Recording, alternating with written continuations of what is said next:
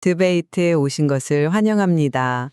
오늘 저희는 2026년 대한민국 외교부 예산안을 좀 깊이 들여다보겠습니다. 이게 총 지출이 약 3조 6천억 원으로 전년 대비 좀 줄었고요. 특히 그 공적개발 원조, 그러니까 ODA 예산도 약 2조 2천억 원 수준으로 상당히 감액되었습니다. 네, 그렇죠. 액수가 꽤 많이 줄었죠. 네. 그래서 오늘 논점은 이겁니다. 이번 예산안 편성이 과연 전략적인 선택과 집중을 통한 실용 외교 강화일까? 아니면 뭐랄까 국제적 영향력 숙소를 감수하는 긴축 재정의 신호탄인가? 저희 논의는 발표된 정부 예산안 자료를 바탕으로 하고요. 저는 이번 예산안이 제한된 재원 하에서 효율성을 높이는 상당히 전략적이고 현실적인 선택이라는 입장입니다. 저는 좀 다른 시각인데요. 이 총 예산, 특히 ODA 예산의 이런 큰 폭의 삭감은 자칫 한국의 국제적 위상과 외교적 영향력을 약화시킬 수 있다. 이런 좀 심각한 우려를 제기합니다. 제 입장을 먼저 좀 말씀드려 보겠습니다. 이게 사실 어려운 재정 상황 아니겠습니까? 그 속에서도 세계로 향하는 실용 외교, 이걸 구현하려는 노력이 좀 보인다는 건데요. 총액은 줄었지만 그 내용을 꼼꼼히 보면 핵심 분야 투자는 오히려 강화됐거든요. 예를 들어서 한미동맹 관련 예산은 증액되었고요. 북미 특별협력 예산이 한 75억 정도, 그리고 새로운 협력 파트너로 떠오르는 가령 중앙아시아, 정상회의 예산 68억이 신규 편성됐죠? 또 아프리카, 중동 같은 글로벌 사우스, 주로 남반구 개도국들 말하는데요. 와의 교류 협력 예산은 거의 2배 가까이 들었습니다. 한 67억 정도? 그리고 ODA 예산 감액, 기존 약 2조 8천억에서 약 2조 2천억으로 이것도 그냥 단순히 액수를 줄였다기보다는 원조 사업의 어떤 질적 개선을 통해서 효과성을 높이려는 의도다. 이렇게 봐야 한다고 생각합니다. 그리고 AI 기반 외교 데이터 플랫폼 예산 약 17억처럼 미래 외교 역량을 위한 투자도 계속 유지하고 있고요. 이게 바로 효율성을 추구하는 실용적 접근 아닌가 저는 그렇게 봅니다. 글쎄요, 그렇게 보기에는 좀 걸리는 지점들이 있습니다.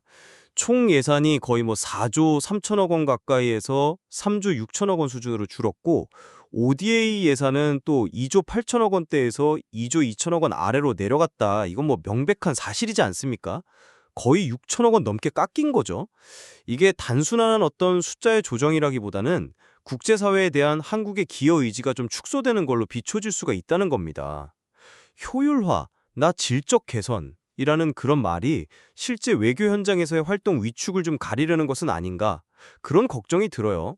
특히 ODA 규모라는 게 국제사회에서 한국의 리더십이나 소프트 파워를 보여주는 굉장히 중요한 척도인데, 이런 식의 급격한 감축은 한국의 어떤 국제적 책임감에 대한 의구심을 키울 수 있다는 거죠. 그리고 특정 지역 예산이 좀 늘었다고 해도 전체 파이가 줄어드는 것에 부정적 영향을 다 상쇄하기는 저는 어렵다고 봅니다. 다른 중요 지역과의 관계라던가 혹은 새로운 외교적 기회를 발굴하는 데 좀 소홀해질 위험이 있고요. 공공외교 예산이 소폭 한 30억 원 정도 늘었다고는 하지만 전체 예산 감축이라는 큰 틀 아래서 K 이니셔티브 같은 그런 큰 목표를 달성하는 데는 제약이 따를 것이 좀 분명해 보입니다. ODA 예산 감축에 대해서 조금만 더 얘기를 해보면요. 물론 규모도 중요하겠죠. 하지만 저는 그 제한된 재원으로 최대 효과를 내는 질적 개선과 선택과 집중, 이게 지금은 더 중요하다고 봅니다. 정말 필요한 곳에 효과적으로 지원하는 방식으로 이 원조 패러다임을 바꾸는 거죠. 이게 어쩌면 더 성숙한 기여 방식일 수도 있습니다. 물론 효율성을 높이자는 방향 자체는 저도 동의합니다. 하지만 ODA 규모가 가지는 그 상징성, 그러니까 국제사회에 보내는 메시지를 너무 가볍게 봐서는 안 된다는 겁니다. 이렇게 갑작스럽게 대규모로 삭감하는 것은 국제사회에서 우리의 역할과 책임에 대한 의지를 좀 의심하게 만들 수 있거든요. 말씀하신 질적 개선만으로는 이런 부정적 인식을 상쇄하기는 좀 어렵지 않을까. 그게 제 생각입니다. 과연 그 원조 효과성 제고라는 게 규모 축소를 정당화할 만큼 단기간에 그렇게 쉽게 이루어질 수 있을지, 그것도 좀 의문이고요. 그렇다면 실용 외교와 효율화라는 이 기조 자체는 어떻게 봐야 할까요?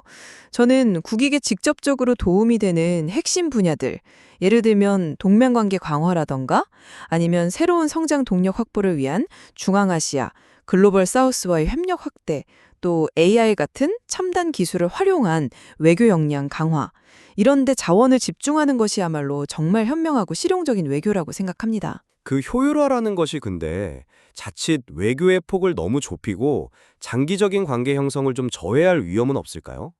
단기적인 성과나 특정 분야에 너무 집중하다 보면 다양한 외교 채널이라던가 잠재적인 협력 기회를 놓칠 수도 있거든요. 장기적인 국익 관점에서 보면 오히려 손실일 수도 있다는 거죠. 특히 미래 투자를 강조하셨는데 AI 기반 외교 데이터 플랫폼 구축 예산이 고작 1억 원 증액 15억에서 107억 된 것을 보면 좀 의아합니다. 외교 분야 AI 선도 국가가 되겠다는 목표를 생각하면 너무 좀 미미한 투자 아닌가요? 이게 외교 정보 분석이나 정책 결정을 효율화하는 데 굉장히 중요한 시스템일 텐데요. 전체 예산 감축 분위기 속에서 이런 미래 핵심 역량 투자가 혹시 구호에 그치는 건 아닌지 그런 우려가 좀 듭니다. 증액, 약 67억 같은 추재는 그럼 어떻게 보십니까? 저는 이것이 기존의 어떤 강대국 중심 외교에서 좀 벗어나서 외교 지평을 넓히려는 전략적 다변화의 중요한 증거라고 보거든요. 네, 특정 지역과의 관계 강화 노력 자체는 물론 의미가 있습니다. 하지만 제가 계속 지적하듯이 전체 예산이 줄어드는 상황에서의 선택과 집중이라는 것은 필연적으로 다른 지역이나 분야에 대한 관심과 자원 배분 축소로 이어질 수밖에 없다는 겁니다. 외교라는 것은 사실 전방위적이어야 하거든요. 특정 지역에 집중하는 동안 다른 중요한 지역과의 관계가 소홀해진다거나 혹은 예상치 못한 현안에 대응할 유연성이 떨어질 수 있다는 점, 이런 걸 간과해서는 안 된다고 봅니다. 좀 균형 잡힌 시각이 필요하다고 생각합니다. 네, 정리를 좀 해보자면 2026 외교부 예산안은 어려운 재정 여건 속에서도 국익을 극대화하기 위한 나름의 전략적이고 효율적인 선택이었다. 이렇게 평가할 수 있겠습니다. 핵심 분야에 집중하면서 또 미래를 준비하는 그런 현실적인 접근이라고 봅니다. 저는 여전히 이 총 예산과 ODA의 상당한 감축이 가져올 외교력 약화, 그리고 국제적 위상 하락 가능성을 좀 떨쳐버릴 수가 없습니다. 효율화라는 명분이 실질적인 외교 역량 위축으로 이어지지 않도록 앞으로 집행 과정을 좀 면밀히 점검할 필요가 있고요. 예산 편성 단계에서 보다 신중한 접근이 좀 아쉬웠다 이렇게 생각합니다. 네, 오늘 저희는 2026 외교부 예산안을 두고 실용적 효율화라는 시각과 외교력 약화 우려라는 두 가지 관점을 나눠봤습니다. 이 예산안이 앞으로 대한민국 외교에 어떤 영향을 미칠지 오늘 논의된 지점들을 바탕으로 청취자 여러분께서도 각자의 시각으로 한번 판단해 보시는 계기가 되었기를 바랍니다. 최종적인 결론은 여러분의 몫입니다.